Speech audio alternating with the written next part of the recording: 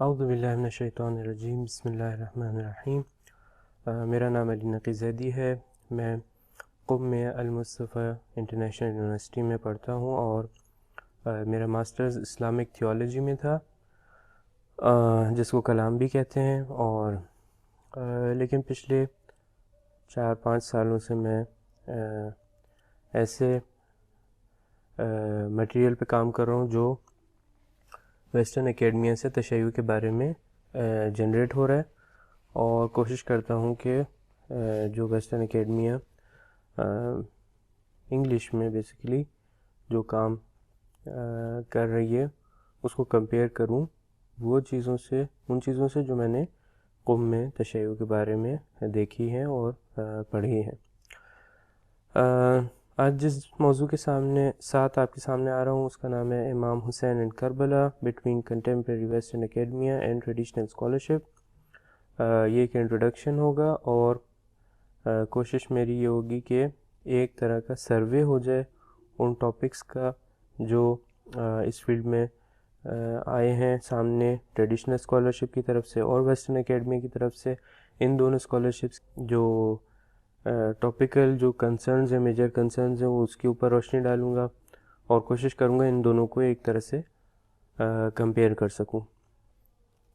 ساتھ ساتھ یہ کہنا چاہوں گا کہ ایک ورک ان پروگریس ہے، اس لیے اس میں کریٹیسزم اور کمپلیشن کی کافی جگہ ہے، کافی گنجائش ہے۔ اگر کوئی سجیشن دینا چاہے یا کریٹیسزم کرنا چاہے تو میں اس کو ویلکم کروں گا۔ ممکن ہے آپ کے ذہن میں سوال ہو کہ یہ پریزنٹیشن کن لوگوں کے لیے فائدہ مند ہے اور کیا آپ کے لیے فائدہ مند ہے یا نہیں، تو میں یہ کہنا چاہوں گا کہ اگر آپ ٹریڈیشنل اسکالرشپ کا حصہ ہیں، یعنی آپ حوزوی ہیں اور آپ نے حوزوی تعلیم حاصل کی ہے اور آپ جو ہے وہ امام حسین کے بارے میں حوزے سے جو آؤٹ پٹ نکلا ہے اس کو پڑھتے رہے ہیں اور جاننا چاہتے ہیں کہ ویسٹرن اکیڈمیا کس طرح اس کو دیکھتی ہے، تو شاید آپ کے لیے یہ کام فائدہ مند ہو جو میں کر رہا ہوں۔ اور اگر آپ ویسٹرن اکیڈمیا سے تعلق رکھتے ہیں اور جاننا چاہتے ہیں کہ ٹریڈیشنل اسکالرشپ کیا کرتی ہے تو بھی آپ کے لیے فائدہ مند ہو سکتا ہے۔ اسی طرح اگر آپ کی اسپیشلائزیشن کچھ اور ہے، آپ مثلا شاید اکاؤنٹنٹ ہے یا یونیورسٹی میں انجینئرنگ پڑھ رہے ہیں، لیکن آپ کا تعلق مجلسوں سے بھی رہا ہے اور مجلسوں میں جو ٹریڈیشنل اسکالرشپ کا ایک مینیفیسٹیشن ہے وہ اس سے آپ کا تعلق رہا ہے، سنتے رہے مجلسیں، اور کچھ تھوڑی بہت جو ویسٹرن اکیڈمیا سے نکلنے والی کتابیں ہیں تشیع کے بارے میں یا عاشورہ اور امام حسین کے بارے میں اس کو پڑھتے رہے ہیں، تو ایک ڈیپر انڈرسٹینڈنگ کے لیے کہ یہ دونوں کیا کر رہے ہیں پھر بھی شاید آپ کے لیے میری نظر میں فائدہ مند ہوگا۔ یا اگر آپ صرف مجلس سے سنتے رہے ہیں اور دیکھنا چاہتے ہیں کہ دوسرے جو اکیڈمیا ہے، دوسری جو اسکالرشپ ہے، وہ اس کی کیا نظر ہے اس بارے میں، اور خود یہ جو مجلس ہیں یہ مخصوصاً جو آج کل کے جو نئے تحصیل کردہ قم کے جو طالب علم مجلس سے پڑھ رہے ہیں ان کی وائڈر پکچر کیا ہے، ان کی ڈیپتھ کیا ہے، تو بھی فائدہ مند واقع ہو سکتا ہے انشاءاللہ۔ سب سے پہلے میرے ذہن میں یہ تھا کہ اس موضوع کو ہم 2 ٹکڑوں میں تقسیم کر سکتے ہیں۔ پارٹ 1 میں چاہتا تھا ایک جنرل انٹروڈکشن اور کمپیریزن ہو، پارٹ 2 میں چاہتا تھا کہ جو امام حسین سے ریلیٹڈ ہسٹری اس کے اوپر زیادہ فوکس کیا جائے اور دیکھا جائے کہ امام حسین کو تاریخی لینتھ سے جو ہے وہ ان دونوں اسکالرشپ نے کس طرح دیکھا ہے۔ بہرحال تو پارٹ 1 کو میں شروع کرتا ہوں، general introduction to the 2 scholarships. اسی کے ساتھ ساتھ میں سب سے پہلے جو چیز واضح کرنا چاہوں گا یہ کہ ٹریڈیشنل اسکالرشپ سے میری مراد کیا ہے۔ یہاں پر بہت زیادہ کنفیوژن ہو سکتی ہے۔ ٹریڈیشنل اسکالرشپ کس چیز کو کہا جا رہا ہے، اس کا کرائٹیریا کیا ہے؟ تو میری نظر میں جس ریسرچ لمیٹیشن میں ہوں اس کو میں ڈیفائن کرنا چاہ رہا ہوں، اور میرے نزدیک جو ریسرچ میں نے تھوڑی بہت کی ہے وہ حوزوی اکیڈمک آؤٹ پٹ ہے جس کی میں بات کر رہا ہوں، اور وہ بھی ایکسپرٹس کا۔ جو ذاکرین جو مجلس پڑھتے ہیں، جو علماء مجلس پڑھتے ہیں، وہ میری مراد اس وقت نہیں ہے، مگر یہ کہ وہ خود ایک حوزوی ایکسپرٹ کے عنوان سے کوئی نیا نظریہ یا کوئی نئی بات کر رہے ہوں۔ اور اس میں ہماری مراد مجتہدین ہیں جو کام کر رہے ہیں، اور یا پھر مثلاً ہسٹری کے ایکسپرٹس۔ اس کے علاوہ میں چاہوں گا فوکس کروں 1964 کے بعد سے جو کام ہوا ہے اس کے اوپر، لہٰذا حدیث وغیرہ کی کتابیں جو پہلے لکھی گئی ہیں اس پہ میرا فوکس نہیں ہے اس وقت۔ 1964 میں نے کیوں انتخاب کیا، اس کی وجہ یہ ہے کہ 1964 سے انقلاب اسلامی، امام خمینی کی جو موومنٹ ہے وہ شروع ہوتی ہے، اور پھر 1979 میں انقلاب جیتتا ہے، اور اس کے بعد جو ہے وہ کچھ جنگیں جو ہے وہ کچھ سول وار ٹائپ کی ہوتی ہیں، خود ایران کے اندر جو لوگ سیپریٹسٹ ہوتے ہیں وہ کچھ جنگیں کرتے ہیں، گروپ تھا مجاہدین خلق نام کر کے، انہوں نے کچھ جنگیں کی تھی، پھر عراق نے حملہ کر دیا تو 8 سال وہ جنگ چلی، تو 1979 سے لے کے 1988 تک یہ پیریڈ ہے، اور پھر اس کے بعد جو بھی ورک ہے وہ بھی میں کور کروں گا۔ تو یہ کچھ اہم ایونٹس ہیں جو اس دورانیے میں ہوئے ہیں۔ 1964 کے بعد سے جو ہے وہ ہمیں ایک ایسا ماحول ملتا ہے جس میں امام حسین اور عاشورہ کی جو موومنٹ ہے اس کے بارے میں نئی نئی چیزیں سامنے آتی ہیں، اور ایک کافی اس کے بارے میں ڈیبیٹ اس دوران رہتی ہے، تو اس لیے میں اس پیریڈ کو فوکس کر رہا ہوں۔ اس کے علاوہ میں بتانا چاہوں گا کہ میرا جو فوکس ہے اور لمیٹیشن ہے وہ ایرانی ایسے فگرز پر ہے جو خود ریولیوشنری تھے یا ان کے سپورٹرز وغیرہ، جو انقلاب کے بعد جو مین اسٹریم حوزوی لوگ ہیں وہ اس طرح کے ہیں۔ اور اس سے میں بتانا چاہ رہا ہوں کہ عراقی علماء کا کام میں نے نہیں دیکھا، یہ میری لمیٹیشن ہے، اور مثلاً شاید آپ کہیں کہ علامہ نقن جو ہے وہ بھی میں نے ان کے کام کو نہیں دیکھا، یہ میری اپنی ریسرچ لمیٹیشن ہے۔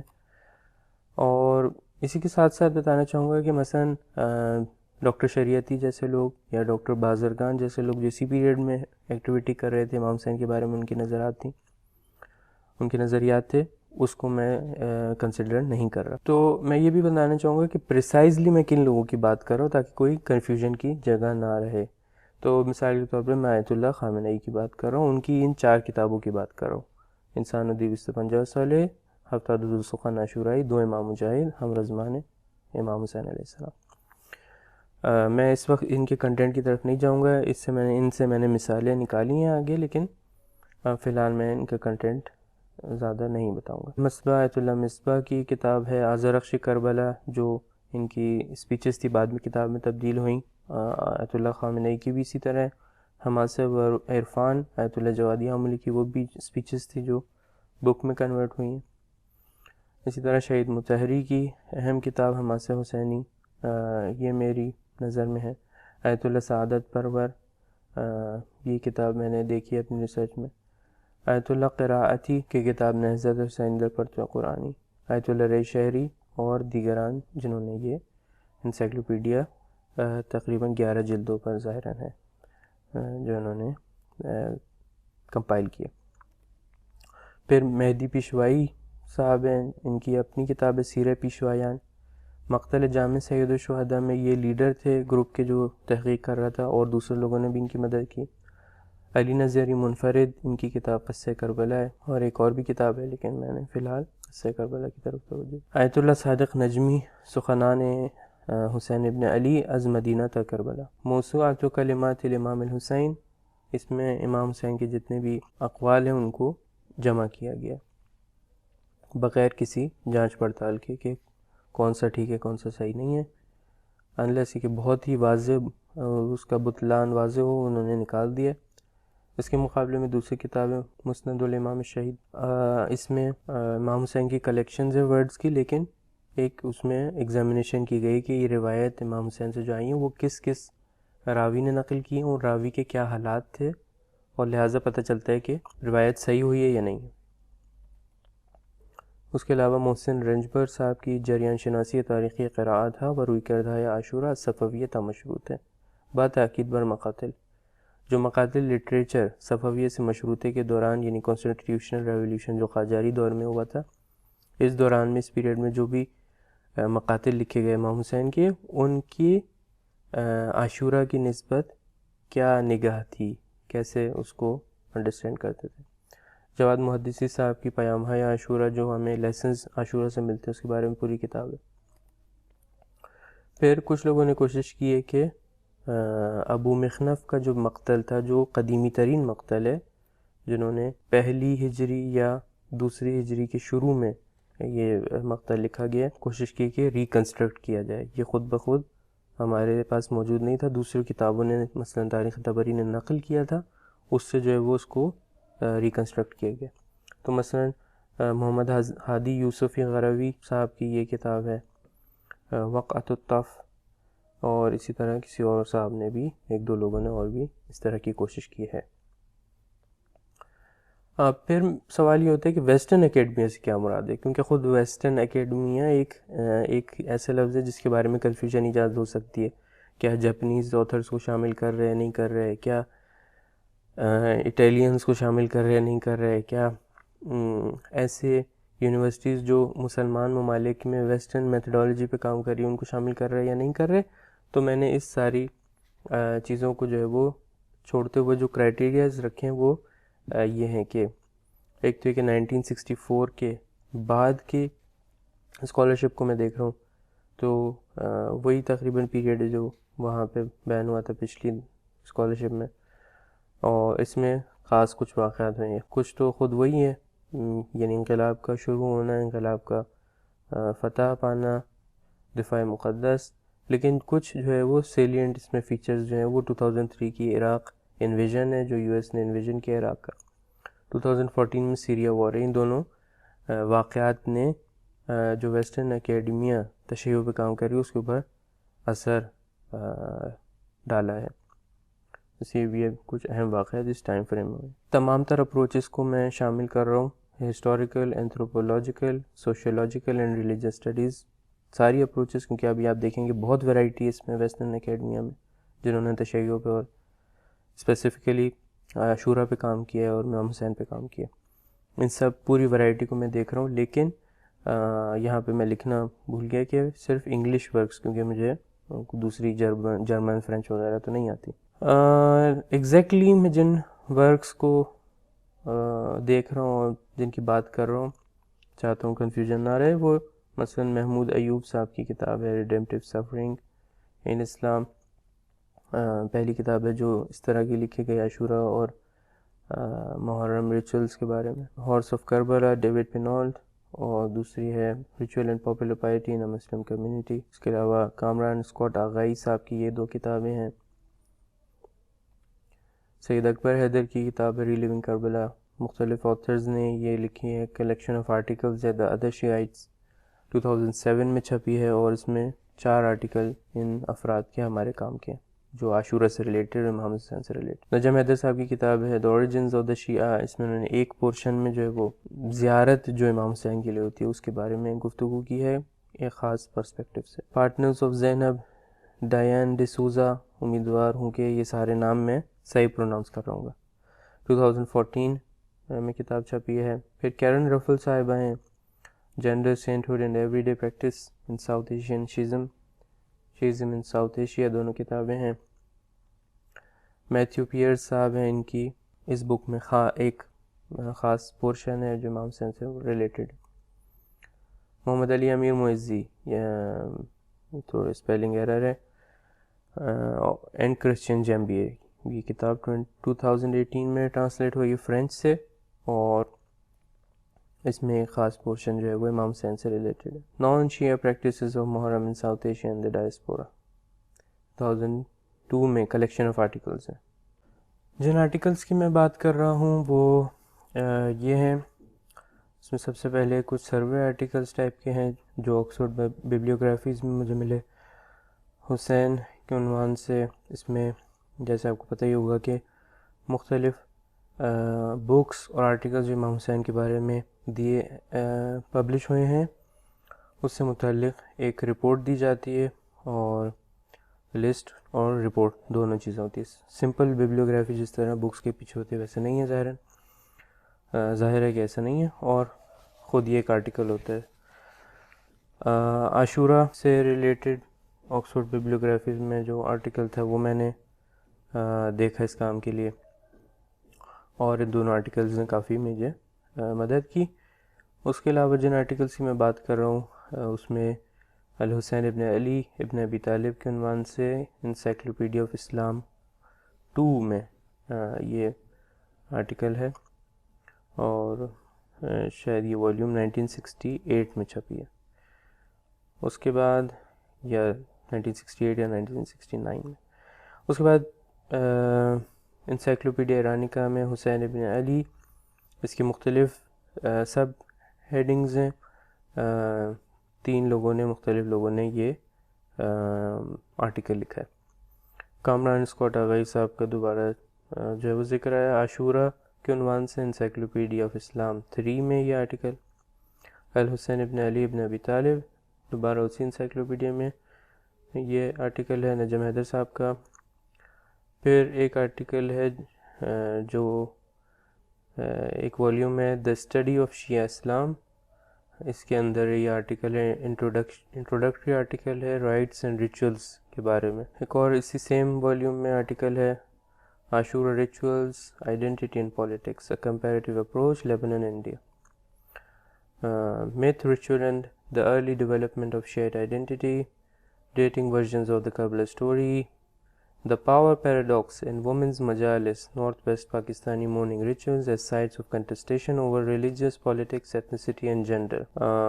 Same author ka Shia women rituals in northwest Pakistan, the shortcomings and significance of resistance, the mourning of history and the history of mourning, the evolution of the ritual commemoration of the Battle of Karbala. Hussein the Martyr, commentary on the accounts of the martyrdom in Arabic sources. Remembering Karbala, image of Hussein ibn Ali in Maqatil literature. تو تمام یہ کتاب اور article سے جو میری نظر میں ہیں اور میں ان کو کہہ رہا ہوں western scholarship, contemporary western scholarship, لہٰذا میں ان کو کمپیئر کروں گا ان بکس اور آرٹیکلس سے، ان بکس سے جو میں نے پہلے ذکر کی.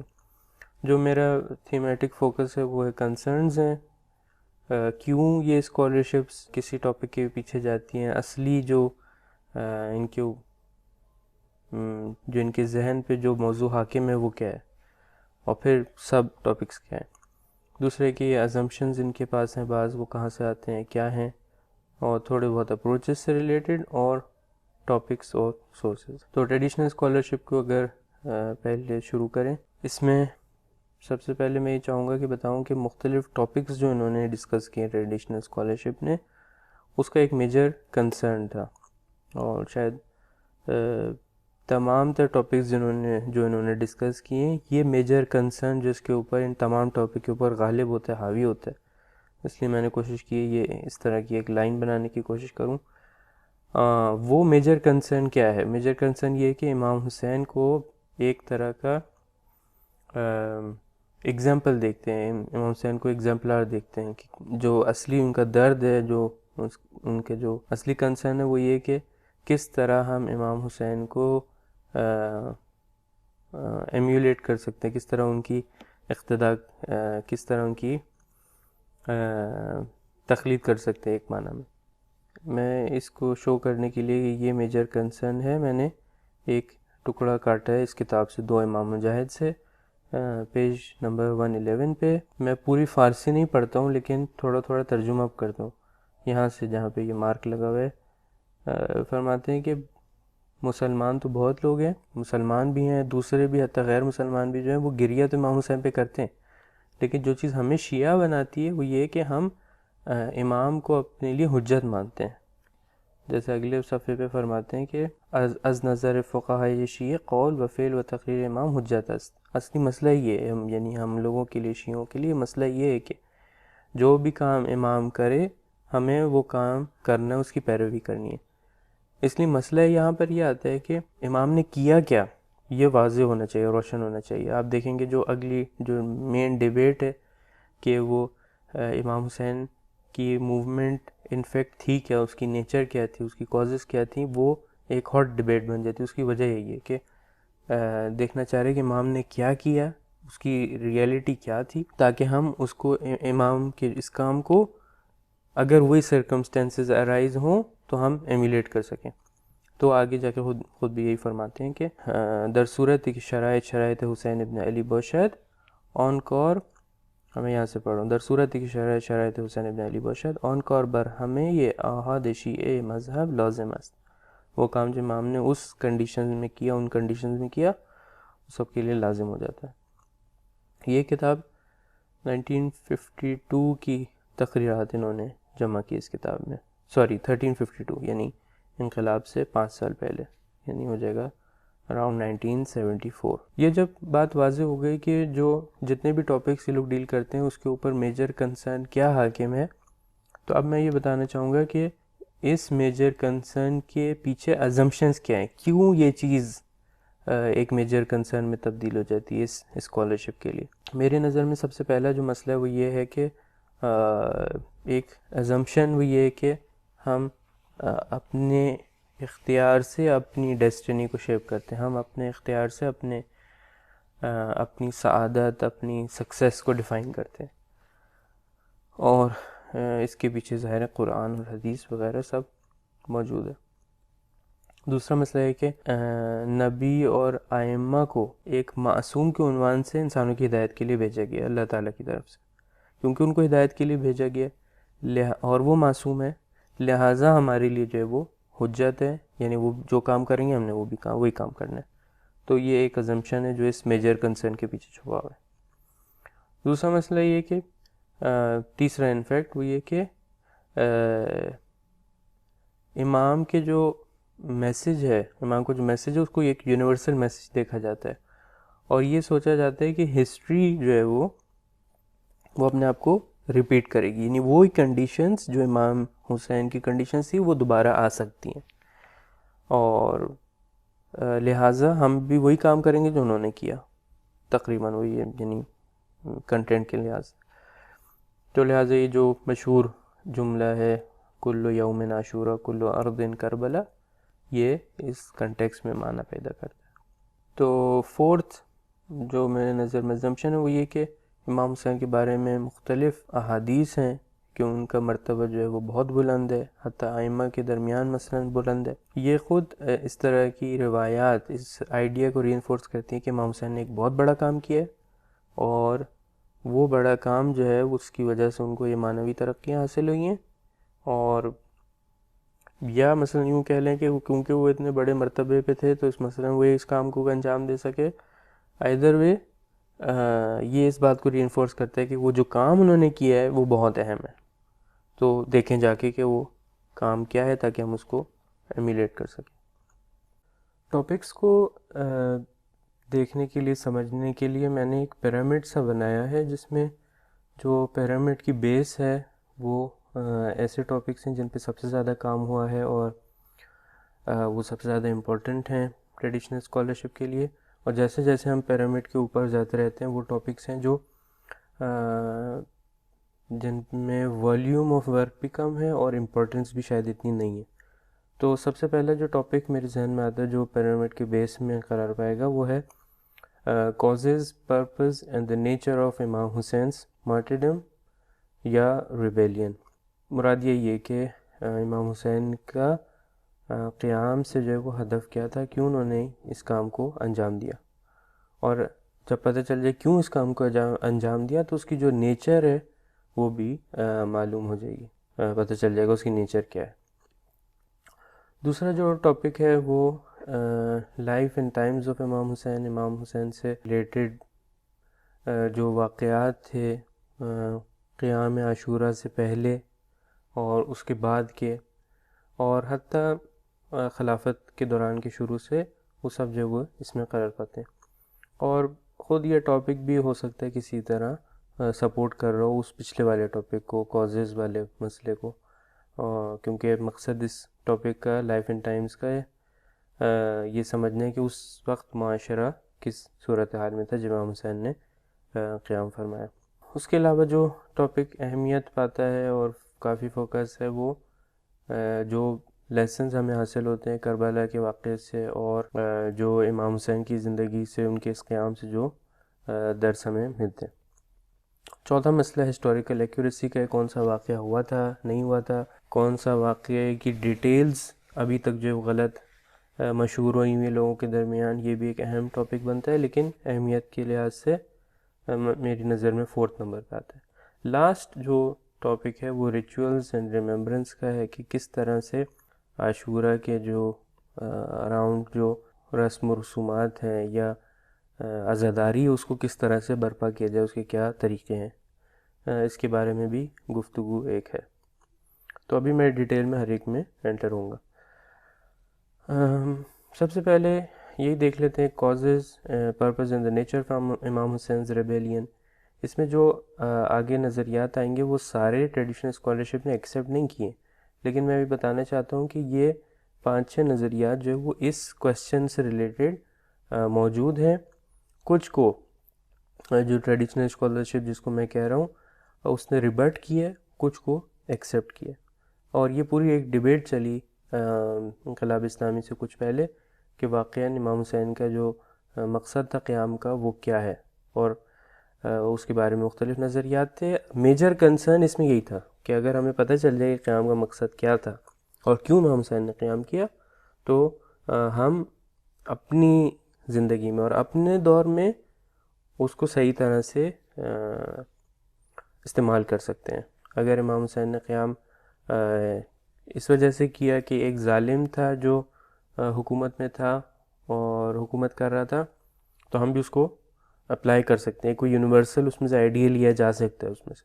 لیکن اگر امام حسین کسی اسپیشل کمانڈ کے تحت ہی کام کر رہے تھے تو ظاہر ہے ہمارے سے ریلیٹڈ نہیں ہے. سب سے پہلے جو نظریہ اس ڈیبیٹ میں آتا ہے وہ ہے یہی مسئلہ ہے، اسپیشل کمانڈ اور سائیکولوجیکل ٹینڈنسی اور پیشن آف حسین. مراد میری یہی ہے کہ تینوں چیزیں جو وہ اس طرح کی ہیں کہ جس سے آپ خود آپ کی زندگی میں یہ امام حسین کا قیام ایمیلیٹ نہیں ہو سکتا، آپ کے زمانے میں یہ نہیں آ سکتا. اور تینوں مختلف نظریات ہیں. پیشن آف حسین سے مراد یہی ہے جس طرح سے کرسچینٹی میں پیشن آف کرائسٹ ہے کہ عیسیٰ مسیح نے جو ہے وہ اپنے اوپر ظلم اور سفرنگ کو لیا تاکہ جو ہے وہ آنے والی نسلوں کے لیے جو اوریجنل سن ہے وہ دھل سکے. تو مثال کے طور پر یہ اگزامپل میں دکھاتا ہوں. شہید مطہری کی جو کتاب ہے حماس حسینی، اس کا ترجمہ مجھے مل گیا تھا. تو یہ کہتے ہیں کہ بٹ واٹ وی سے از سم تھنگ ایلس. مراد یہ کہ جو غلط جو نظریہ ہے وہ کیا ہے. We have made 2 skillful manipulations which are very amazing. I don't know whether I should say skillful or ignorant. In one of these cases we said that Hussein ibn Ali rose in order to be killed for the sake of the atonement of the sins of the Ummah. Now if someone were to ask us as to the source of this notion, whether it was Imam Hussein himself who said such a thing or if it was the Prophet or some Imam, we cannot cite any authority. But still we keep on insisting that Imam Hussein got killed so that our sins are atoned. I don't know whether we have borrowed this notion from Christianity. Muslims have unwittingly adopted many ideas from Christendom which are contrary to Islam. One of the doctrines of Christianity is the notion of the crucifixion of Christ as a sacrifice made for the sake of the atonement of man's sins. Jesus is called the sacrifice, and it is an essential part of the Christian doctrine that Jesus went upon the cross for atoning the sins of his people. They have made Jesus carry the burden of their sins. اور تھوڑا سا ایک مزاحیہ اور طنز بھی ہے. We claim that Imam Hussein founded an insurance company to guarantee security to sinners. He has insured us against the consequences of sin in return for our tears. All that we have to do is to shed tears for him, and in return he guarantees immunity to the sinners. تو جو major problem ہے، fundamental problem ہے، یہ ہے کہ جو انسانوں کا ایکشن ہے، ان کی جو فری ول ہے، اس کو ایک تو انڈرمائن کرتا ہے نظریہ. دوسرا ہے کہ آپ نے کچھ نہیں کرنا ہے، امام حسین کو کسی طرح سے آپ نے فالو نہیں کرنا، صرف رونا ہے. تو یہ نظریہ ٹریڈیشنل اسکالرشپ کے لیے قابل قبول نہیں ہوتا. اسی طرح ان کا there is a second misrepresentation involved in interpreting the event of Karbala. According to it, Imam Hussein made an uprising and was killed in order to carry out a special command that was solely addressed to him.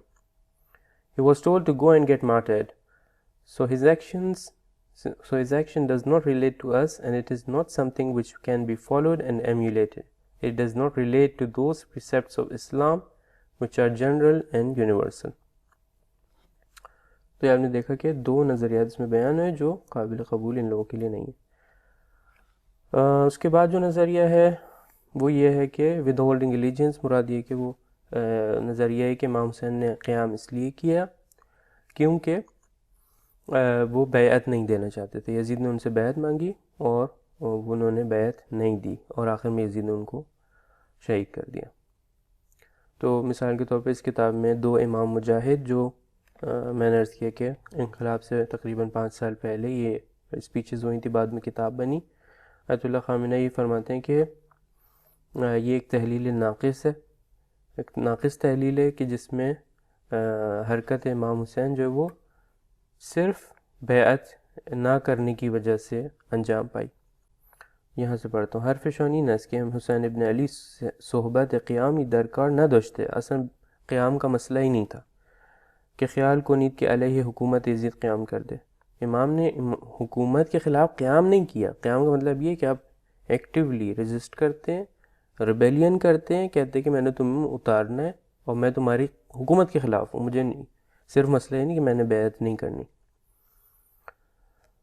پھر فرماتے ہیں کہ ہاں علیہ حکومت یزید قیام کر دے و لشکر کشی کر دے. نخیر حقیقت کار حسین ابن علی این است که حسین ابن علی را در مدینه میخواستند مجبور کنند به بیعت و او از بیعت گریخت و آمد به مکه. در مکه میخواستند خونشان را بریزند، از مکه فرار کرد و آمد که برود یک طرفی. در بین راه در کربلا او را پیدا کردند و گیر آوردند، مسئولش کردند و او را کشتند. واقعی یہ کربلا یعنی این. امام حسین سے بیعت لینا چاہیے، انہوں نے مدینہ سے گئے مکے کی طرف، ان کو لگا مکہ مجھے قتل کر دیں گے، کہیں اور گئے، انہوں نے کربلا میں پھنسا لیا ان کو اور شہید کر دیا، اور کربلا بس یہی ہے، یہ نظریہ کہنا چاہتا ہے. پھر آگے خامنہئی جو ہے اس کو تھوڑا کرٹیسائز کرتے ہیں. ببینید چھ سادے، یعنی کتنی سمپل یہ ایک وہ انڈرسٹینڈنگ ہے. ببینید چھ آسان، ببینید چھ بی مسئولیت. اگر جامعه شیعه معتقد باشد که کار حسین یک چنین کاری بوده، حساب جامعه شیعه پاک است. اگر ہم کہیں کہ شیعہ قوم یہ معتقد ہو جائے کہ امام حسین کا سارا جو کام تھا صرف وہ یہ تھا کہ انہوں نے بیعت نہیں کی، اس لیے دوسروں نے ان کو شہید کر دیا، یزید نے ان کو شہید کر دیا، تو جو کوئی رسپانسبلٹی پھر ہماری نہیں رہتی. فاتحہ یہ تمام حماسہ و شورهای یہ شیعی با این حرف خوانده شده. یعنی جتنا بھی شیعوں کے اندر ریزسٹنس کا ایک جذبہ ہے اور ظلم کو مثلا ظلم کے خلاف کھڑے ہونے کا جذبہ وغیرہ ہے، یہ ساری ریزسٹنس وغیرہ جو ہے وہ اس طرح کی انڈرسٹینڈنگ سے ختم ہو جاتی ہے بالکل. پھر بہرحال پھر اس کی تشریح و توضیح آگے. واپس چلتے ہیں اسی پیج پہ. یہ دوسرا نظریہ تھا جو قابل پذیرش یعنی قابل قبول نہیں تھا اس طرح کی اسکالرشپ کے لیے. تیسرا نظریہ جو تھا وہ ایک امام خمینی کے ہی کہہ لیجئے کہ وہ سپورٹرز میں سے کسی کا تھا، اور وہ یہ تھا کہ امام حسین حکومت چاہتے تھے اور حکومت لینا چاہتے تھے یزید سے، اور انہوں نے سارا کام اسی لیے کیا کہ میں حکومت حاصل کروں، سارا قیام ان کا اسی لیے تھا. اور وہ کاؤنٹ کر رہے تھے کوفہ کے لوگوں کے اوپر کہ وہ لوگ امام حسین کی مدد کریں گے قیام کے دوران، لیکن کوفہ والوں نے مدد نہیں کی اور امام حسین شہید ہو گئے. اور امام حسین کو نہیں پتہ تھا کہ میں شہید ہو جاؤں گا، ورنہ وہ یہ کام نہیں کرتے. تو یہ صاحب جو تھے ان کے اگینسٹ پھر دوسرا نظریہ آیا اور اس نے کہا کہ نہیں، شہادت ہے، اصل مقصد امام حسین کا شہادت تھا، حکومت نہیں تھا، شہادت تھا. امام حسین شہید ہونے کے لیے نکلے تھے، ان کو پتہ تھا میں شہید ہوں گا، اور فور نالج یعنی یہ کہ ان کو پہلے سے پتہ تھا میں شہید ہوں گا. تو اب ان دونوں کی ذرا دیکھ لیتے ہیں کہ کس طرح کی ورڈنگس ہے.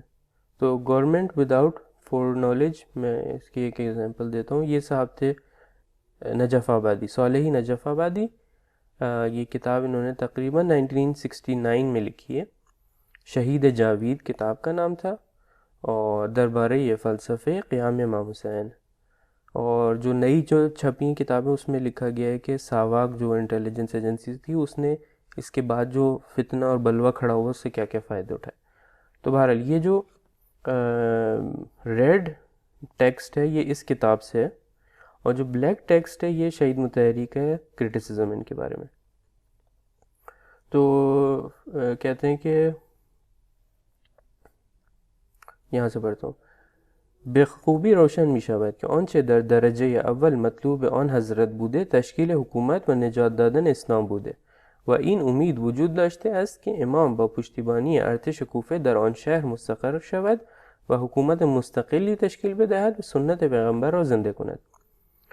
کہہ رہے ہیں کہ جو مختلف امام حسین کے اقوال سے اور قرائن سے پتہ چلتا ہے، جس میں سے ایک خود بھی لے کر آئیں، بہت واضح ہو جاتا ہے کہ امام حسین کے لیے جو فرسٹ پرائیورٹی تھی وہ یہ تھی کہ میں حکومت تشکیل دوں، حکومت بناؤں کوفہ میں، اور یہ امید تھی کہ جو وہ کوفہ کے لوگ مدد کریں گے اور حکومت امام بنا سکیں گے تاکہ رسول اللہ کی سنت کو زندہ کیا جائے۔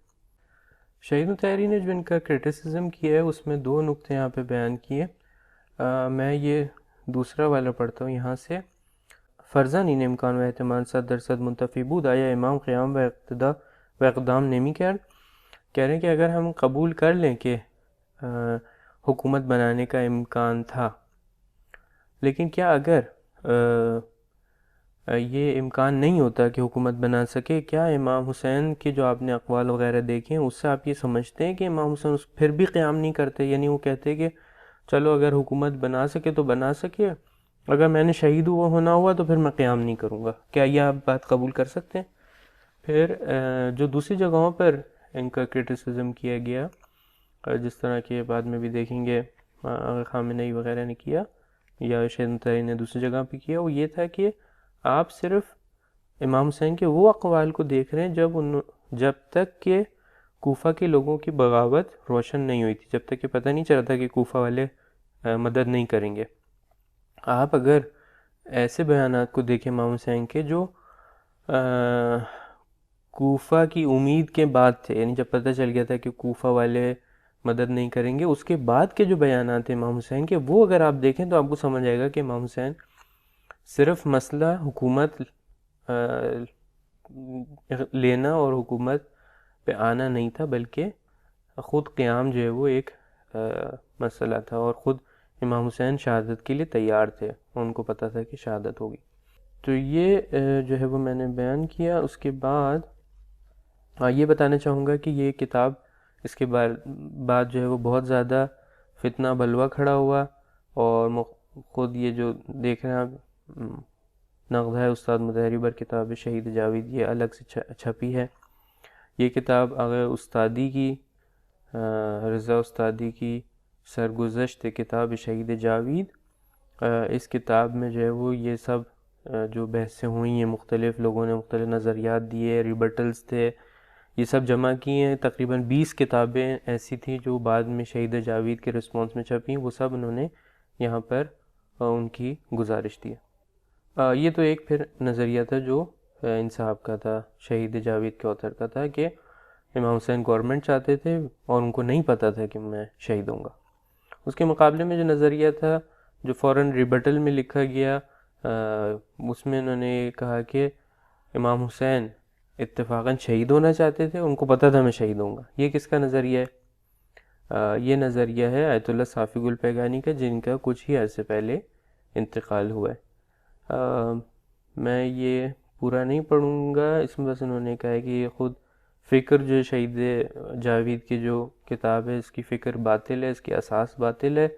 بس یہاں سے پڑھوں گا، ون کو پڑھتا ہوں۔ از نظر اصول مذہب شیعه و احادیث معتبره چنانچه قبلا گفته شد هر یک از امامان موظف به اجرای برنامه‌ای بودند که از طرف خدا به وسیله پیغمبر صلی الله علیه وسلم به آنها رسیده بود۔ کہہ رہے ہیں کہ اصول مذہب شیعہ اور احادیث کے مطابق ہر امام کو ان کی امامت سے پہلے رسول اللہ نے جو ہے وہ ان کا پورا پروگرام دیا ہوتا ہے، اور خدا کی طرف سے رسول اللہ کی جانب سے جو امام حسین کو پروگرام دیا گیا تھا وہ یہ تھا کہ انہوں نے قیام کرنا ہے، اور ان کو پتہ تھا کہ انہوں نے قیام کرنا ہے، اور یہ بھی ان کو پتہ تھا کہ میں نے شہید ہونا ہے۔ ان کو حکومت بنانے کا پروگرام نہیں دیا گیا تھا۔ تو آپ جیسے جا کے دیکھیں گے آگے کہ یہ بھی مورد قبول واقع نہیں ہوتا ہے، اور یہ کتاب ان کی تھی شہید آگاہ، اس کے مقابلے میں، شہید جاوید کے مقابلے میں۔ صحیح، واپس اسی پیج پہ آتا ہوں۔ پھر جو نظریہ سامنے آیا وہ 4th کاؤنٹ کے حساب سے امر بالمعروف اور اصلاح، یہ کہا گیا کہ امام حسین کا ہدف امر بالمعروف اور اصلاح تھا۔ اس کی میں اگزامپل دیتا ہوں، یہ جو کتاب ہے انسان 250 سالے آغا خامنہئی کی، یہ 95 میں چھپی ہے، البتہ جو اس میں سپیچز کلیکٹ کی گئی ہیں وہ اس سے پہلے کی ہیں۔ سب سے پہلے تو یہ کہتے ہیں کہ امام حسین کی جو قیام تھا اس کے اندر بہت سارے لیسنز ہیں، لیکن کون سے ایسے لیسنز ہیں جو پوری تاریخ کو بدل سکتا ہے، ایک پورے معاشرے کو بدل سکتا ہے، ایک معاشرے کو احیا کر سکتا ہے، ایک ملک کو احیا کر سکتا ہے اور تربیت کر سکتا ہے۔ تو کہتے ہیں کہ یہاں سے پڑھتا ہوں، کہہ رہے ہیں کہ یک درس اصلی در حرکت و قیام امام حسین وجود دارد که من سعی خواهم کرد آن را به شما عرض کنم. همه آنها حاشیه است و این متن است. چرا قیام کرد؟ این درس است. کہہ رہے ہیں کہ اصلی جو لیسن ہے وہ یہ کہ کیوں قیام کیا انہوں نے، باقی اگر کوئی درس واقع کربلا میں ہے وہ تو سب پیریفریز ہیں، جو سینٹرل کویسچن اور سینٹرل ہمارے لیے لیسن ہے وہ یہ کہ امام حسین نے کیوں قیام کیا۔ کہہ رہے ہیں کہ یہاں سے پڑھتا ہوں، حال این مطلبی را هم که ما عرض میکنیم به نظر خودمان یک برداشت و دید تازه‌ای در این قضیه است۔ کہہ رہے ہیں کہ جو میں اب انالیسس کرنے جا رہا ہوں اور بتانے جا رہا ہوں کہ کیوں قیام کیا، یہ میری نظر میں ایک نئی انڈرسٹینڈنگ ہے جو پہلے دوسروں نے نہیں دی تھی۔ کہہ رہے ہیں کہ بعض لوگ یہ کہتے ہیں کہ حکومت لینے کے لیے قیام کیا تھا، تو اور حکومت کو حاصل کرنے کے لیے اور یزید کی حکومت کو ہٹانے کے لیے۔ کہہ رہے ہیں کہ این حرف نیمه درست است، یعنی وہ جو شہید جاوید کا نظریہ تھا یہ آدھا صحیح ہے اور آدھا غلط ہے۔ پھر کہہ رہے ہیں در نقطه مقابل گفته می شود نه آقا حکومت چیز، حضرت می دانست که نمی تواند حکومت تشکیل دهد بلکہ اصلا آمد تا کشته و شہید شود۔ اس کے مقابلے میں کہا گیا کہ نہیں، حکومت لینے کے لیے نہیں آئے تھے امام حسین، شہید ہونے کے لیے آئے تھے۔ کہہ رہے ہیں کہ یہ بھی جو ہے وہ بہت رائج نظریہ تھا ایک زمانے تک۔ کہہ رہے ہیں کہ از علماء بزرگ ما ہم ان را فرمودند، بعض بڑے علماء نے بھی یہ بات کی ہے۔ میں جو یہاں سے پھر پڑھتا ہوں، بندے بے نظر ہم این طور میرسد، کہہ رہے ہیں کہ مجھے یوں لگتا ہے کہ کسانی کی گفتیں ہدف حکومت بود یا ہدف شہادت بود میان ہدف و نتیجے خلط کر دیں۔ بعض لوگوں نے جنہوں نے کہا کہ ہدف حکومت ہے، جنہوں نے کہا ہدف شہادت ہے، انہوں نے مکس کیا ہے، کنفیوز کیا ہے کس چیز کو، ہدف کو جو امام حسین حاصل کرنا چاہتے تھے اور اس آؤٹ پٹ کو اور اس رزلٹ کو جو اس ہدف کو حاصل کرنے کے نتیجے میں سامنے آیا۔ تو کہہ رہے ہیں کہ ہدف انہا نہ بود، یعنی امام حسین نہ شہادت ان کے لیے ہدف تھی نہ حکومت، ہدف دیگری داشت، ان کا کوئی اور ہدف تھا۔ منتہا رسیدن به آن ہدف دیگر حرکتی را میطلبید، اس ہدف کے لیے، اس ہدف تک پہنچنے کے لیے کوئی اور جو ہے وہ ایک حرکت، ایک موومنٹ، ایک ایکشن کی ضرورت تھی۔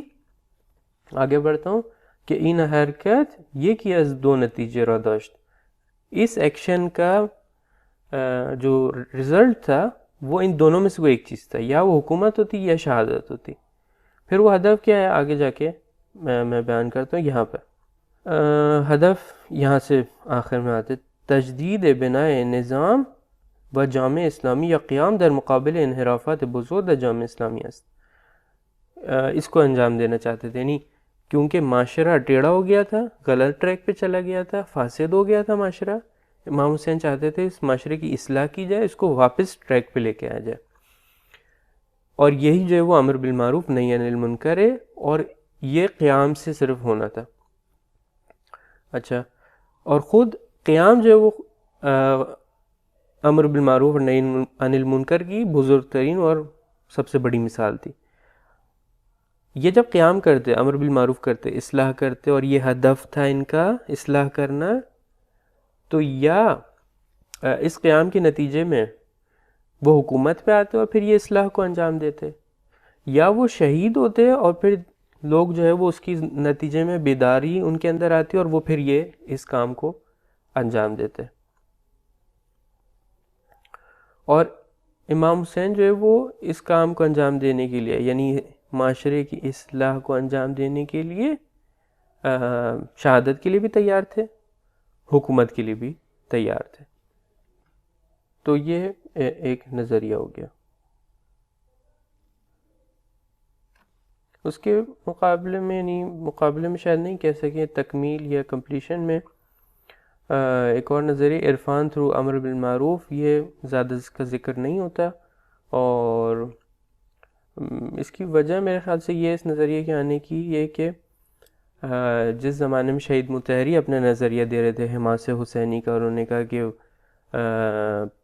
کوز اصلی جو تھی وہ قیام تھا اور لوگوں کے اندر بیداری پھیلانا تھا، اور انہوں نے کہا نیچر امام حسین کی جو موومنٹ کی تھی وہ حماسی تھی. حماسی سے مراد یہ کہ وہ ریزسٹنس دکھانا چاہتے تھے یزید کے مقابلے میں، ایک غیرت تھی ان کے اندر اسلام کے نسبت اور معاشرے کی کے بارے میں. یہ حماسے ہوتا ہے، اور امام حسین کی موومنٹ حماسی تھی. اس کے اندر لگتا ہے جیسے اس پریزنٹیشن میں، اس زمانے کی پریزنٹیشن میں اس کی جو انوائرمنٹ تھا اس میں وہ امام کا عرفانی پہلو جو ہے وہ گویا غافل رہے اس سے. تو یہ نظریہ جس کو میں کہتا ہوں عرفان تھرو امر بالمعروف، یہ جو ہے وہ مجھے لگتا ہے اس کی کمپلیشن میں سامنے آتا ہے. یہ نظریہ جو ہے وہ حماسے و عرفان جو آغا جاودی عملی کی اسپیچز سے کتاب بنائی گئی ہے اس میں ہمیں دکھائی دیتا ہے.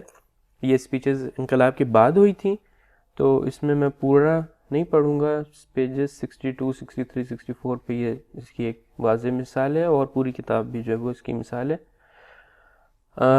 اس میں مثلا انہوں نے آخر میں جا کر کہا ہے کہ امام حسین کی جو وہ دعائے عرفہ تھی اور وہ جو ان کی بلندی مقامات تھی اور وہ جو عرفان تھا اس کے ذریعے ہی وہ یہ حماس سے دکھا سکے. اور کیونکہ ان کے اندر خدا کے لیے محبت بے حد تھی، خدا کی راہ میں جان فشانی کرنے کا ایک جذبہ تھا، لہٰذا وہ یہ حماس سے دکھا سکے، لہٰذا وہ یزید کے مقابلے میں کھڑے ہو سکے، نہیں ڈر سکے، اور اپنے انہوں نے رسپانسبلٹی کو ادا کیا. اور اسی طرح جو شخص یہ کام انجام دے سکتا ہے اور اتنی بڑی قربانی دے سکتا ہے وہ عرفان کی بڑی مقامات اور مرتبوں تک پہنچ سکتا ہے. تو بعض دفعہ جو ہمارے ذہن میں تصور آتا ہے کہ ایک عارف ہے جس کا پولیٹکس میں کوئی دخل نہیں ہے، اور ایک ایکٹیوسٹ ہے جس کا عرفان اور معنویت سے کوئی تعلق نہیں ہے، اس کو انہوں نے کوشش کیا ہے مرج کر سکیں اور یہ دکھائیں کہ حماس، ریزسٹنس، ریولیوشن، ایکٹیوزم یہ عرفان کے ساتھ ساتھ آگے بڑھنے والی چیز ہے، اور دونوں ایک دوسرے کو سپورٹ کرتے ہیں. بس ایک بات میں تاکید کرنا چاہوں گا کہ فی الحال جو مین اسٹریم حوزہ ایرانی اس میں فورتھ اور ففتھ نظریے کو جو ہے وہ زیادہ مقبولیت حاصل ہے. اور آپ کو اگر کوئی پاکستانی انڈین علماء تبلیغ کرتے ہوئے نظر آئے، مجلس پڑھتے ہوئے نظر آئے، مخصوصاً جو ینگ جنریشن ہے قم سے تحصیل کردہ یا دوسری زبانوں میں بھی کوئی مجلس وغیرہ پڑھیں، وہ ممکن ہے کہ فورتھ پہ اور ففتھ پہ زیادہ تاکید کریں، اور ممکن ہے کہ فورتھ نظریے کے ذیل میں وہ یہ بھی بتائیں کہ کس طرح شہادت اصلاح کے کام کو انجام دیتی ہے. تو یہ تھوڑا سا ایک سائیڈ نوٹ تھا. اس کے بعد جو موضوع سب سے زیادہ اہم واقع پاتا ہے وہ میری نظر میں وہ ہے لائف اینڈ ٹائمز آف امام حسین، امام حسین کے دور کی تاریخ اور اس کے اطراف کے ایونٹس وغیرہ. تو اس میں سب ٹاپکس میں مثال کے طور پر شروع کیا جاتا ہے اس طرح سے کہ خلافت رسول اللہ کے بعد سے وہ کس ڈائریکشن میں تھی، پھر معاویہ نے آ کے کیا تبدیلیاں ایجاد کیں، اور امام حسن نے معاویہ سے کیوں صلح کی، اور امام حسین کا اس وقت کیا ریئیکشن تھا، اور جب معاویہ مرا تو یزید جو ہے اس نے کیا کیا کام ایسے کیے جس کی بنا پر امام حسین کو قیام کرنا پڑا. تو بعض دفعہ یہ پوری جو گفتگو ہوتی ہے یہ بھی دوبارہ سپورٹ کر رہی ہوتی ہے اس پہلے والے آبجیکٹیو کو.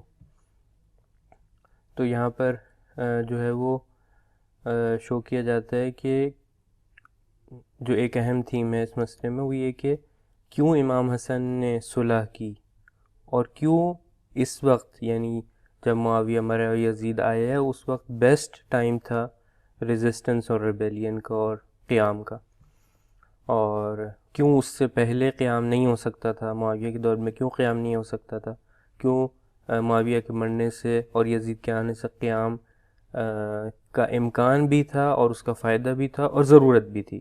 یعنی سب کچھ چیزوں کو ملا کے یہ دکھایا جاتا ہے کہ امام حسین نے جو کام کیا اس وقت بیسٹ پاسبل آپشن تھا اور ایسا ہی کرنا چاہیے تھا. اور اس کے بعد دکھایا جاتا ہے کہ اس کام کا اثر بھی ہوا. یعنی جب امام حسین شہید ہوئے تو اس کے بعد پے در پہ کنٹینیوسلی مختلف قیام ایسے ہوئے خود ہاشمیوں کی طرف سے بھی اور دوسروں کی طرف سے بھی، کہ جس سے پتہ چلتا ہے کہ وہ امام حسین کا جو کام تھا، جو ٹریگر تھا، وہ چل پڑا اور ایک بہت اہم کام تھا جس کی ہونے کی وجہ سے اس کے اثرات بھی سامنے نظر آئے. اور بھی ہو سکتا ہے اس سے ریلیٹڈ چیزیں ہوں. میری نظر میں یہ 2-3 چیزیں ایسی ہیں جو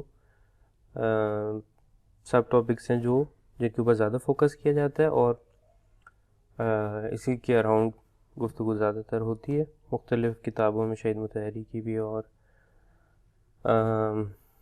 آیت اللہ خامنئی اور دیگر افراد کی کتابوں میں آپ یہ دیکھیں گے.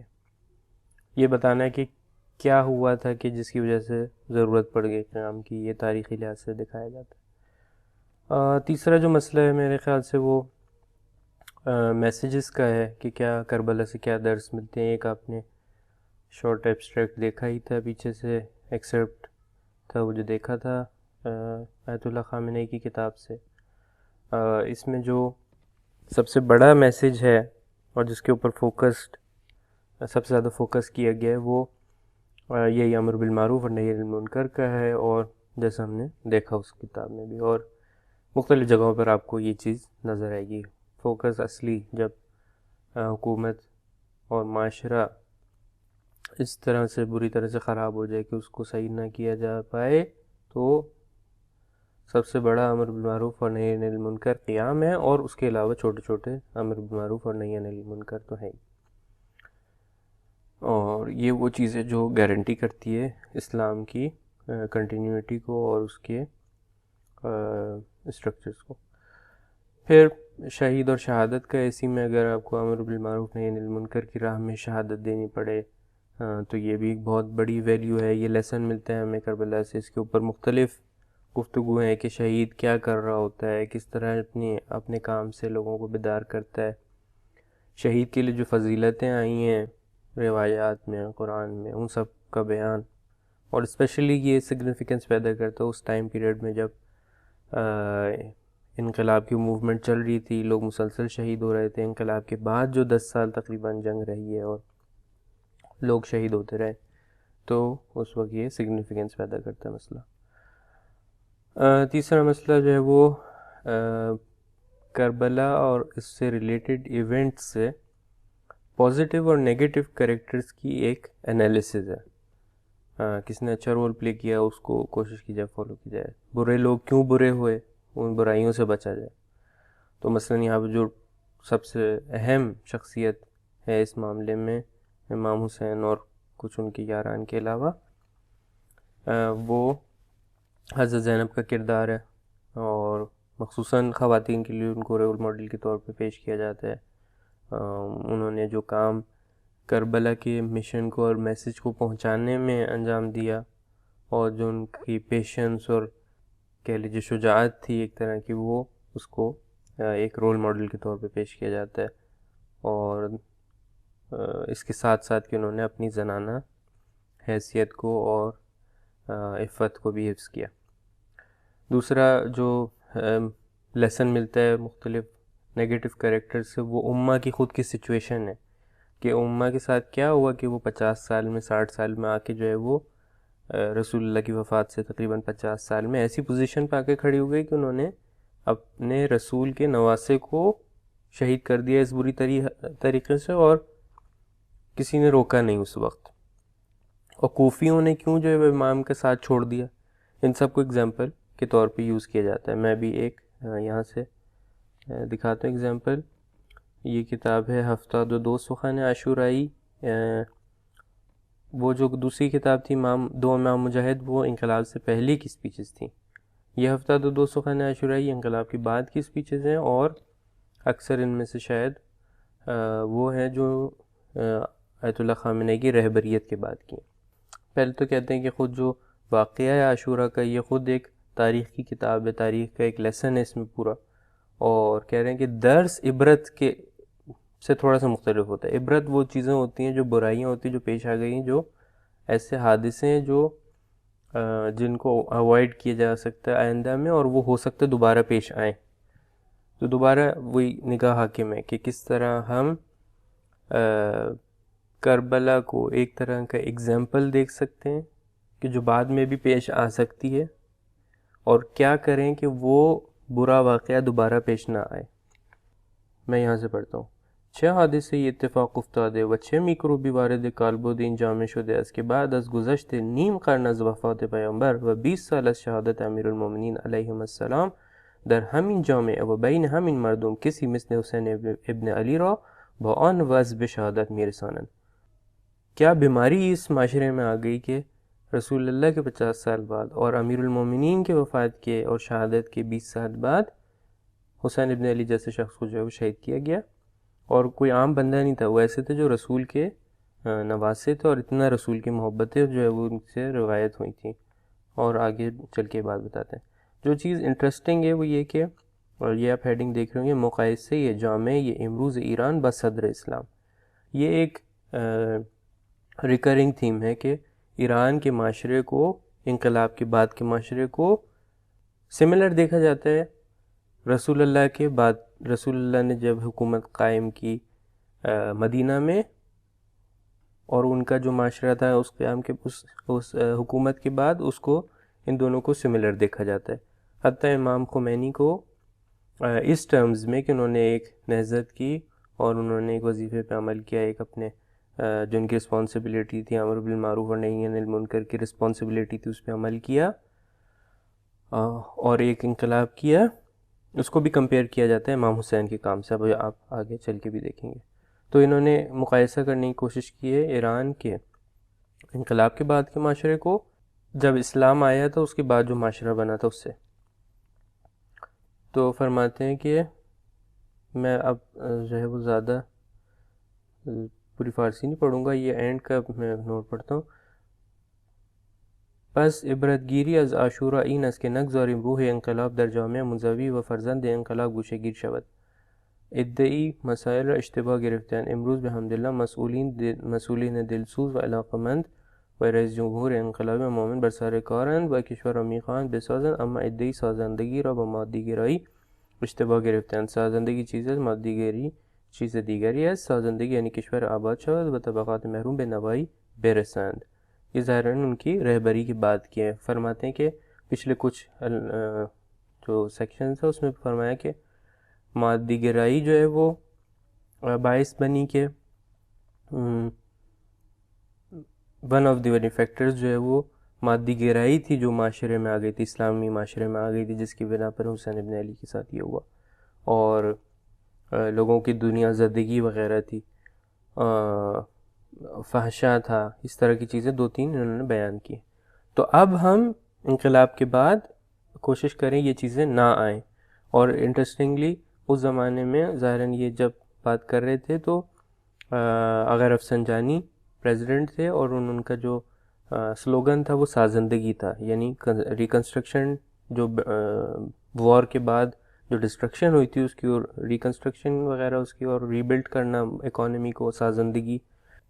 کہہ رہے ہیں کہ یہ جو سازندگی کا کام ابھی ہو رہا ہے اس کی بنا پر مادی گہرائی، دنیا زدگی ہم میں نہ آئے. اور بعض لوگ جو ہے انہوں نے اس کو غلط سمجھا ہے. سازندگی کا مطلب مادی گری نہیں ہے، اور کوشش کی جائے کہ جو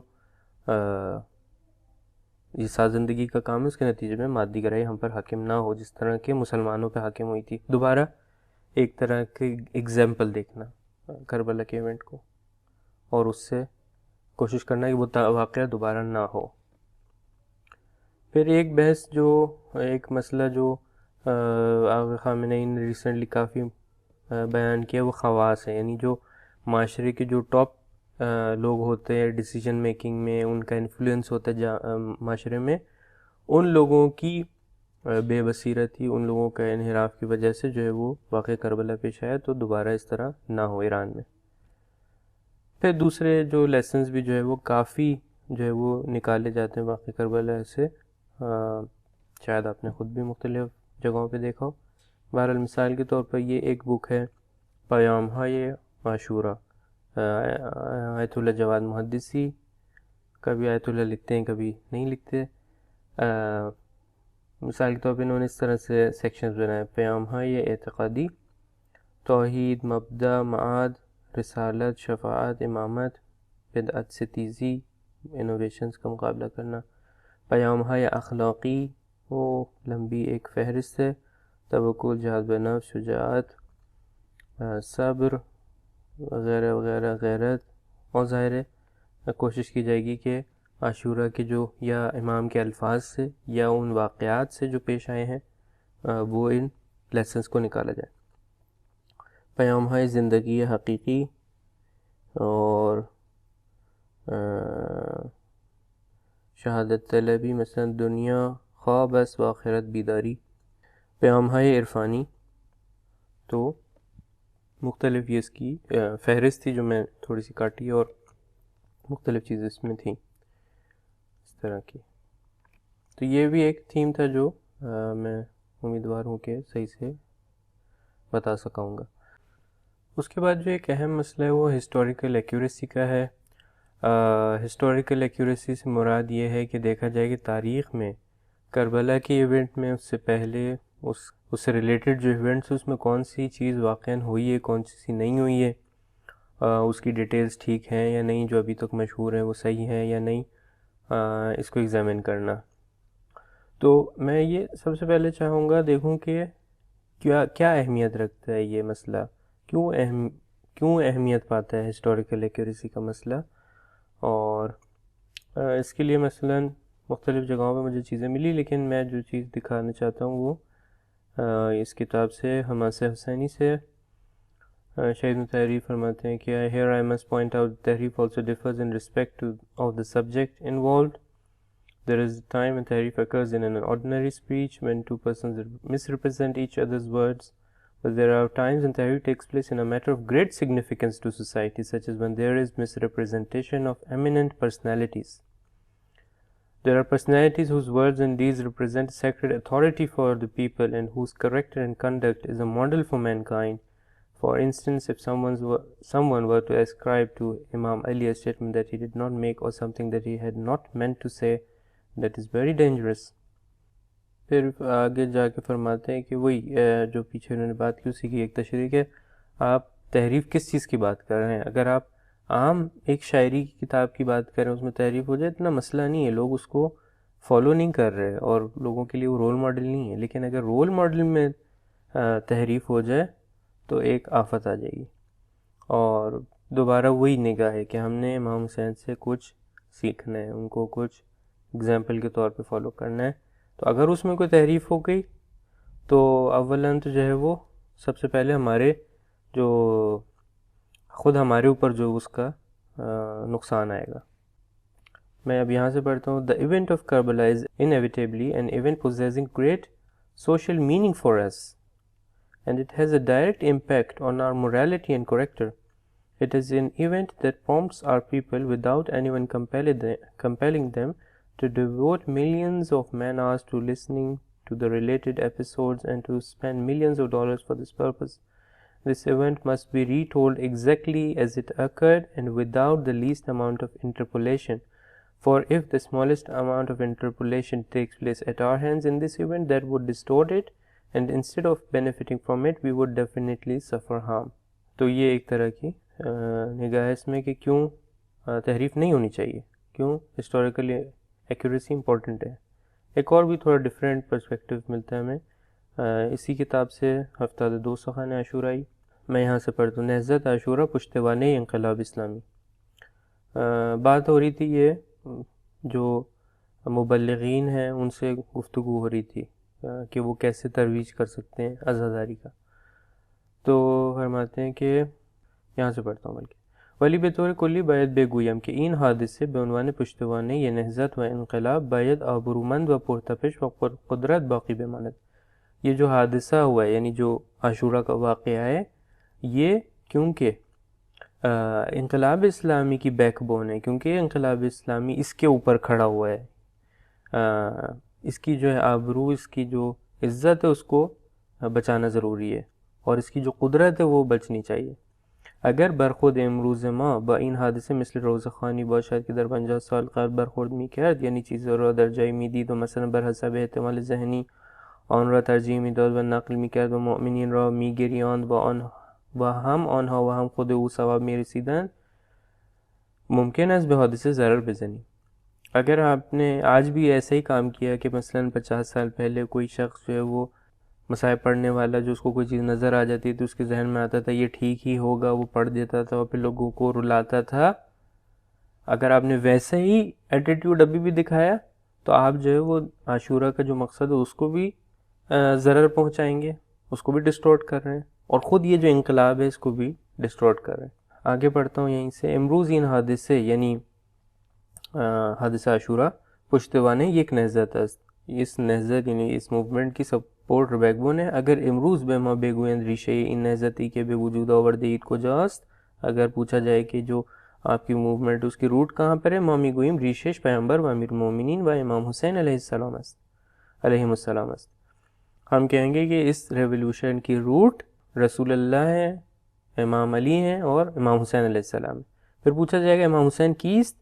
کسی که این حادثه را به وجود آورده و در تاریخ از او نقل شده است. پس این حادثه یعنی یہ عاشورہ کا واقعہ پشتوانه نهضت است. اگر ما ندانسته و بی توجه از روی سهل انگاری حادثه را با چیزهایی که جزء آن نیست سبب کردیم، به آن حادثه و نیز به انقلابی که ناشی از آن حادثه است خدمت نکرده ایم. اور ہم نے جو ہے وہ اگر کوئی چیز جو اس میں نہیں ہے واقعے میں، واقعہ عاشورہ کی، اس میں کچھ چیز ایڈ کر دی اپنی طرف سے، تو ہم نے اس کو بھی نقصان پہنچایا ہے، واقعہ عاشورہ کو بھی، اور یہ جو ہماری جو انقلاب کی جو موومنٹ ہے اور خود انقلاب ہے اس کو بھی نقصان پہنچایا، کیونکہ یہ اس کی روٹ اس میں. تو یہ ایک مسئلہ ہے. تو یہ امپورٹنس تھی ہسٹوریکل ایکوریسی کی، جس کی وجہ سے یہ علماء اس کے پیچھے جاتے ہیں کہ ہسٹوریکل ایکوریسی صحیح ہو. اور شاید ذہن میں یہ بھی آتا ہے کہ ایک مسئلہ یہ بھی ہو کہ اگر ڈیٹیلز میں بہت زیادہ چیزیں ایڈ ہوتی گئیں تو ہو سکتا ہے جو خود جو اہداف تھے امام کے اس کے بارے میں بھی شک و شبہ آنا شروع ہو جائے اور لوگ کہیں کہ اس کا بھی کچھ نہیں پتا، اور ہو سکتا ہے کہ وہ اس کے بارے میں بھی جو ہے وہ مختلف ڈسٹورشنز ہونا شروع ہو جائیں، مس ریپریزنٹیشنز ہونا شروع ہو جائیں، جو میں نے بتایا کہ ٹریڈیشنل اسکالرشپ کا ایک بہت اصلی اس کا ہدف ہے کہ امام حسین کی نہضت اور ان کی جو قیام تھا اس کے پیچھے وہ فیکٹرز کیا تھے، کازز کیا تھے. ایگزامپل آف دا ایونٹس مثلا جن کے بارے میں بحث ہوتی ہے، گفتگو ہوتی ہے. ایک تو مسئلہ پہلی اربعین کہ کیا پہلی اربعین پہ اسرائے کربلا اور خاندان امام حسین ان کو لے کے آیا گیا تھا کربلا یا نہیں، صرف جابر آئے تھے. تو یہاں پر مختلف اقوال ہیں فرسٹ اربعین کے بارے میں، اور مثلا شہید مطہری کہتے ہیں کہ نہیں ایسا نہیں ہوا تھا اور نہیں ہو سکتا، بعض دوسرے کہتے ہیں کہ نہیں ہو سکتا اور ہوا تھا. تو خود ٹریڈیشنل اسکالرشپ میں، حتی ریولیوشنری ٹریڈیشنل اسکالرشپ میں بھی اس میں اختلاف پایا جاتا ہے. حضرت عباس کی شہادت ایگزیکٹلی کس طرح ہوئی ہے، کیا وہ اکیلے پانی لینے گئے تھے، کیا ان کے ہاتھ میں مشکیزہ تھا وغیرہ، یہ گفتگو ہے. حضرت قاسم کی شادی کے بارے میں کہ کیا ہوئی تھی یا نہیں ہوئی تھی، شہید مطہری سخت خلاف ہیں اس کے، اور موسٹ آف دی اسکالرشپ اس کے خلاف ہے، کیونکہ یہ چیز جو ہے وہ صفوی دور کے بعد سے جو ہمیں کتابیں ملتی ہے اس سے پہلے ظاہراً نہیں تھی یہ چیز. میں مثال دوں گا کہ یہ حضرت عباس کی جو شہادت کے بارے میں ایک تحقیق ہے تھوڑی سی، کہ اس کتاب میں مقتل جامع سید الشہداء انہوں نے کوشش کی ایک تو جو تحریفات تھیں، ڈسٹورشنز تھیں، ان کو ایڈریس کیا جائے اور جو صحیح چیزیں ان کو بھی بتایا جائے. تو مثال کے طور پر انہوں نے یہاں پر تقریباً 44 ہوگا یہ پیج. یہاں پر کہا ہے کہ جو مشہور ہوا ہے کہ مشکیزہ لے کر، مشکیزہ ان کے دانت میں تھا امام حضرت عباس کے، اور اس وقت جو ہے وہ جب ان کے ہاتھ کٹے مشکیزہ ان کے دانت میں تھا، یہ سب چیزیں جو ہے وہ صحیح نہیں ہیں. اور جب وہ گئے وہاں پر نہر القمہ یا نہر فرات پر، انہوں نے پانی چلو میں بھرا اور پھر پانی کو مار دیا، ان کو یاد آئی امام حسین کی تشنگی. یہ سب جو ہے وہ بعد کی جو ہے وہ انوینشنز ہیں، اور یہ بتاتے ہیں کہ مثلاً علامہ مجلسی نے بھی جو نقل کی ہے وہ اس کتاب سے کیا، ملا حسین کاشفی جو میں نے بتایا تھا روضۃ الشہداء سے. اس کتاب میں پہلی دفعہ ملتی ہیں. تو یہ کتاب 910 ہجری قمری میں لکھی گئی ہے، تقریباً کہہ لیجیے 850 سال بعد لکھی گئی واقعہ عاشورہ کی. اس دوران تک یہ واقعہ اس طرح سے نہیں تھا کتابوں میں. تو اس سے کہہ رہے ہیں کہ پتہ چلتا ہے کہ یہ واقعہ درست نہیں ہو سکتا. اور پھر انہوں نے کہا ہے کہ کلامی لحاظ سے، اعتقادی لحاظ سے بھی جو ہے وہ کچھ مسائل ہیں اس میں جو فٹ نوٹ میں دیے گئے ہیں. تو مثال کے طور پر اس طرح کی وہ ہے. حضرت قاسم کی شادی کے بارے میں نے عرض کیا. اس کے بعد جو ایک دو پوائنٹس جو ہیں وہ یہ ہے کہ سیریس ڈاؤٹس وہ ہیں اس کے بارے میں، وہ جو چیزیں جو مصائب جو صفوی دور کے بعد سے آئے ہیں، اسپیشلی یہ وائز کاشفی صاحب کی کتاب میں روضۃ الشہداء میں. اور دوسرا مسئلہ ہے کہ بعض لوگ ریسنٹلی سید ابن طاووس کی جو لحوف میں اسپیشلی جو چیزیں آئی ہیں جو پہلے نہیں تھیں اور اس کے راوی پتہ نہیں ہیں، اس کے بارے میں بھی تھوڑی تردید کرنے لگ گئے ہیں. تو لیکن سب اس طرح کی نہیں ہیں، اور لحوف کے اوپر بھی بھروسہ بہت لوگوں کو ہے. تو یہ بھی تھوڑے دو کیمپس اس معاملے میں بھی ہیں، اور البتہ مجھے تھوڑی اور ریسرچ کی بھی ضرورت ہے اس بارے میں. اس کے بعد جو ایک اہم مسئلہ ہے وہ ریچولز کا ہے، اور وہ میری نظر میں لاسٹ میں قرار پاتا ہے والیوم کے حساب سے بھی اور امپورٹنس کے حساب سے بھی. اس میں جو سب سے پہلے ایک مسئلہ ہے وہ یہ کہ کیوں ٹریڈیشنل جو عزاداری ہے امپورٹنٹ ہے، اسی کو ویسے ہی کنٹینیو رکھنا چاہیے، اور اس کے کیا فوائد ہیں اس طرح کی عزاداری ہونے کے. یہ ایک اہم مسئلہ ہے، لیکن اتنا زیادہ اس پہ بہت زیادہ گفتگو نہیں ہے. مثلا امام خمینی کا اس پہ کہنا تھا کہ وہ عزاداری سنتی جو ہے وہ حفظ کرنی چاہیے، اس کو بچا کے رکھنا چاہیے. اور اسی شاید کہہ لیجئے ریلیشن شپ میں یہ گفتگو ہے کہ ایک آئیڈیل عزاداری کس طرح سے ہونی چاہیے. اس میں جب کہا جاتا ہے آئیڈیل عزاداری کس طرح ہونی چاہیے، تو ظاہر ہے یہ ریلیٹڈ ہے اس سے کہ آپ ہسٹوریکل ایکوریسی کو بھی جو ہے وہ چاہ رہے ہیں کہ وہ ہو اس میں، اور ایک ایسی عزاداری آئیڈیل عزاداری ہوتی ہے جو امام حسین کے جو اہداف تھے اپنے قیام سے اس کو صحیح ریفلیکٹ کر سکے. تو دونوں کچھ چیزوں کو دیکھ کے جو ہے وہ ڈیسائیڈ ہوتا ہے کہ ایک عزاداری جو ہے وہ کیسی ہونی چاہیے. تو مثلا ایک جو مشہور جملہ ہے وہ یہ کہ شعور اور شعور دونوں عزاداری میں ہونا چاہیے، یعنی وہ لوگوں کو یہ بھی بتایا کہ دین کیا ہے اور امام نے کیوں اس طرح کا کام کیا، قیام کیوں کیا، اس کے بارے میں ان کو اویئرنیس دلائے، اور آج کی دنیا میں ان کو کیا کرنا چاہیے امام حسین کی اگر فالوئنگ کرنی ہے، پیروی کرنی ہے. اور یہ کہ ان کو ایک شوق بھی دلائے اس کی طرف، اور جذبات کا جو ابھارنا ہے وہ بھی اس کے اندر جو ہے وہ پایا جاتا ہو. تو مثال کے طور پر یہ جو کتاب آیت اللہ مصباح کی ہے، اس میں انہوں نے یہ ڈیل کیا ہے کہ سب سے پہلے کہ پاسخ بے شبہاتی پیرامون بزرگداشت قیام عاشورہ، اور پھر کہا چرا باید حادثہ عاشورہ گرام بیداری. مثلاً سب سے پہلی بات تو ہے کہ کیوں کمیموریشن کرنی چاہیے ہر سال اتنے سالوں سے کیوں، اور کیوں جو ہے وہ آپ صرف کانفرنسز اور سیمینارز نہیں کرتے، یہ مجلس جو ٹریڈیشنل اسٹائل میں وہ کیوں ہونی چاہیے. لعن کیوں کرتے ہیں امام حسین کے دشمنوں کو. پھر دوسرے اہمیت بزرگداشت قیام میں عاشورہ، اس کی کمیموریشن کی اہمیت وغیرہ، تاثیر عزاداری برائے سید الشہداء، اس کے کیا فوائد ہوتے ہیں وغیرہ. تو یہ پہلے جو دو چیپٹرز ہیں اس کتاب کے وہ اسی بارے میں.